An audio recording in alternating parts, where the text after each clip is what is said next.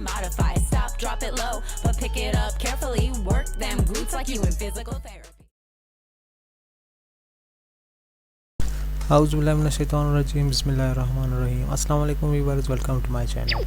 आज के इस लेक्चर में हम पढ़ेंगे मसल्स ऑफ द बैक या मसल्स ऑफ द स्पाइन। तो सबसे पहले मसल्स को हम लोगों ने 3 लेयर्स में डिवाइड किया है। इसको हम जो फर्स्ट लेयर है उसको हम सुपरफिशियल लेयर कहते हैं, फिर इंटरमीडिएट लेयर और थर्ड लेयर इनर लेयर, ताकि हमें ये इसकी एनाटॉमी हम और इजीली हमें याद रहे, इसलिए हमने इसको डिवाइड किया है। जैसे ये आप देख रहे हैं, ये अभी इसमें मैं आपको दिखाता हूँ। ये देखिए सुपरफिशियल लेयर है, उसके बाद इंटरमीडिएट लेयर आती है और उसके बाद डीप लेयर आती है। इस तरह हमने इसको कंपार्टमेंट में डिवाइड किया गया है।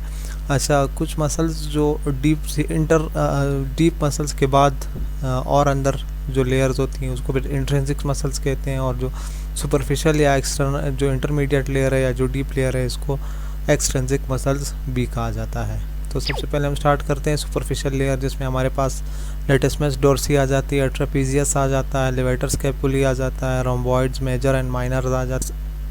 अच्छा, इसमें जो सुपरफिशियल लेयर है बेसिकली ये ट्रू स्पाइनल मसल्स नहीं है, क्योंकि ये इसका जो काम है वो स्केपुलर मूवमेंट या ग्लिनॉइड कैविटी की मूवमेंट और आर्म्स की मूवमेंट में इसका बेसिकली किरदार रहता है। मगर इसको क्योंकि ये पाए जाते हैं स्पाइन के एरिया में या स्पाइनल एरिया में, तो इसको हम लोगों ने सुपरफिशियल मसल्स भी कहा जाता है। कुछ लोग इसको स्पाइनल मसल्स में या मसल्स ऑफ द बैक में डिस्कस ही नहीं करते हैं, क्योंकि इनका जो एक्शन है वो और इनकी जो नर्व सप्लाई, ब्लड सप्लाई वगैरह है ये वो बिल्कुल मुख्तलिफ है।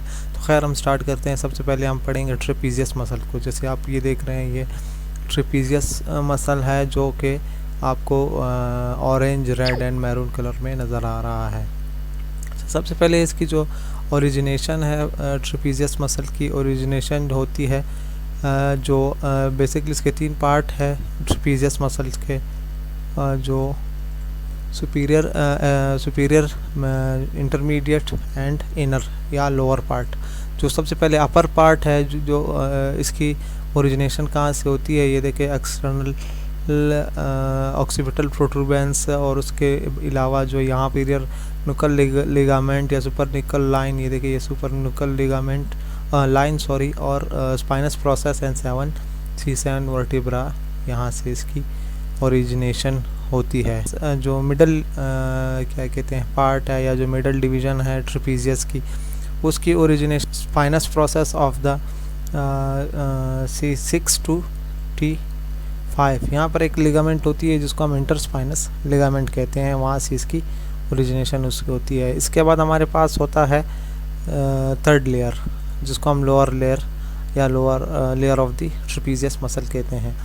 लोअर लेयर ट्रेपीजियस की जो ओरिजिनेशन है वो 6 to 12 स्पाइनस प्रोसेस से ऑफ द वर्टिब्रास से होती है। यहाँ पर एक लिगामेंट होती है जिसको हम इंटरस्पाइनस लिगामेंट कहते हैं, उससे इसकी ओरिजिनेशन होती है। अच्छा, अब इसके बाद हम इसकी इंसर्शन की बात करेंगे। तो इंसर्शन बेसिकली इसकी होती है कोई 1/3 ऑफ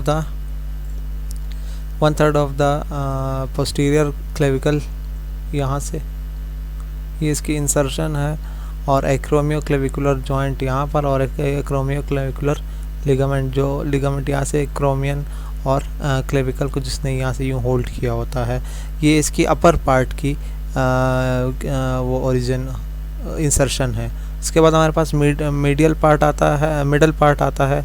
जो मिडल पार्ट है उसकी ओरिजिनेशन इंसर्शन जो है ना acromion and superior lip of the spine से होती है। ये देखिए ये यहाँ पर ये एक्रोमियन है, यहाँ पर इसकी इंसर्शन हो रही, और इसके साथ साथ ये जो स्केपुला अगर आप देख रहे हो यहाँ पर ये स्केपुला है हमारे पास, और इसकी जो इंसर्शन है वो superior lip of the spine, यहाँ पर यूं करके एक स्केपुला का स्पाइन आ रहा होता है जिस पे इसकी इंसर्शन यहाँ पर हो रही है।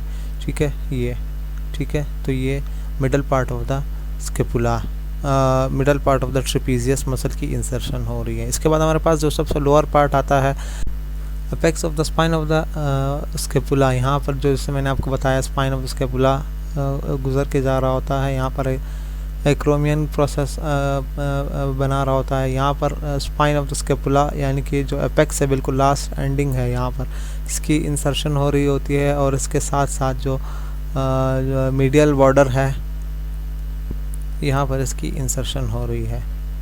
इसके अलावा इसकी जो इंसर्शन है वो fibrous process of the middle part of the trapezius यहाँ पर, ठीक है। यहाँ सर एक फाइब्रस स्ट्रक्चर बन जाता है जिसके बाद उसकी इंसर्शन उसकी ट्रेपीजियस की वहाँ पर होती है। इसके बाद हमारे पास इसकी नर्व सप्लाई है।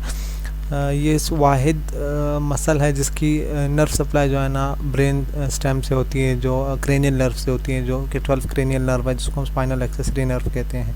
इसका एक्शन क्या है? इसका action elevation and upward rotation और ipsilateral flexion and extension and lateral rotation of the cervical spine है। जो अपर पार्ट है, जो मिडल पार्ट है उसका काम है, क्योंकि चूँकि वो स्केपुला के साथ ज़्यादा उसके अटैचमेंट और इंसर्शन है, तो उसका काम रिट्रैक्शन यानी कि पीछे की तरफ स्केपुला को ले जाना, और जो लोअर पार्ट है उसका काम है कि वो डिप्रेशन और upward rotation of the scapula करवाए। इसके बाद जो ब्लड सप्लाई है, इसकी जो ब्लड सप्लाई है वो होती है जो ना सर्वाइकल आर्टरी है और डोर्सल स्केपुलर आर्टरी है और पोस्टीरियर इंटरकोस्टल आर्टरी है। इसके बाद हम पढ़ते हैं latissimus dorsi. Latissimus dorsi actually जो the widest muscle of the body है। इसकी ओरिजिनेशन एक्चुअली जो थोरैसिक वर्टिब्रा 7 से लेकर और इसकी और 12 थोरैसिक वर्टिब्रा पर इसकी ओरिजिनेशन होती है, यहाँ से यहाँ पर तक। और इसके बाद फिर जो है ना ये जो थोरैकोलम्बर फेशिया है उसके साथ अटैच होकर यहाँ पर आता है इंफीरियर एंगल ऑफ द। अच्छा, इसके बाद ये जो क्रेस्ट ऑफ द इलियम पर भी इसकी ओरिजिनेशन हो रही होती है। इसके अलावा ये अपने आप इसकी origination apex of the scapula से होती है। इसके इंसर्शन की बात करेंगे। इंसर्शन असल में इसकी अगर आप रखना चाहें तो आप बिल्कुल ऐसे याद रखें कि the lady between the two measures, ठीक है। यानी कि जो हमारे पास जो वो है, फर्ज करिए हमारे पास ह्यूमरस है, ओके। ये हमारे पास ह्यूमरस है, greater tubercle and lesser tubercle, और यहाँ पर हमारे पास एक स्ट्रक्चर बन रहा होता है जिससे जो बाइसेप की जो टेंडन है वो पास होता है, ठीक है। इस स्ट्रक्चर को क्या कहते हैं? इंटर ट्यूबरकुलर ग्रूव या इंटर ट्यूबरकुलर सल्कस। तो यहाँ पर ये जो क्या कहते हैं insertion of the latissimus dorsi होती है। इसके बाद हम इसकी इनर्वेशन अगर हम पढ़े तो ये डोर्सल थोरैकोडोर्सल नर्व से होती है। ब्लड सप्लाई इसकी थोरैकोडोर्सल आर्टरी है और इसके साथ साथ पोस्टीरियर इंटरकोस्टल आर्टरी और first to third lumbar artery है। इसका फंक्शन क्या है कि आर्म, जाहिर सी बात इसकी जो इंसर्शन है वो आर्म में है, तो इसका काम internal rotation of the arm, adduction of the arm, extension of the arm and it also help in the respiration. इसके बाद हम पढ़ते हैं लिवेटर स्केपुली। जैसे नाम से ज़ाहिर है, लिवेटर मतलब एलिवेशन करने वाला और स्केपुली से मुराद स्केपुला।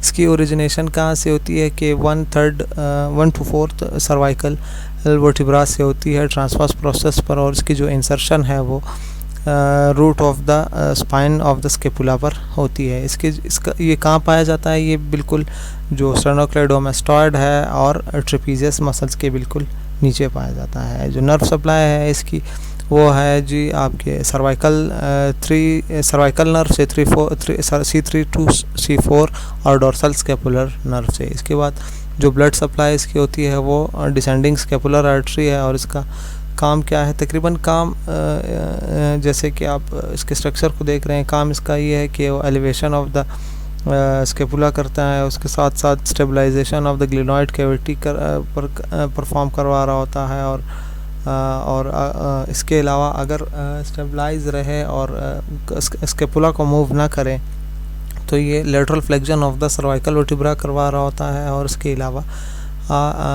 ये जॉइंट स्टेबलाइजेशन भी परफॉर्म करवाता है। इसके साथ जैसे कि वर्टिब्रल कॉलम की जब रोटेशन हो रही होती है तो यही मसल लिवेटर स्केपुली ही होता है जो हमारे सर्वाइकल वर्टिब्रास को या स्पाइन को स्टेबलाइज करके रखता है। इसके बाद हमारे पास आ जाता है रोम्बॉइड मेजर एंड माइनर। ये देख सकते हैं ये मसला है आपके पास। रोम्बॉइड मेजर जो माइनर है उसकी ओरिजिनेशन मेजर से थोड़ी सी ऊपर होती है।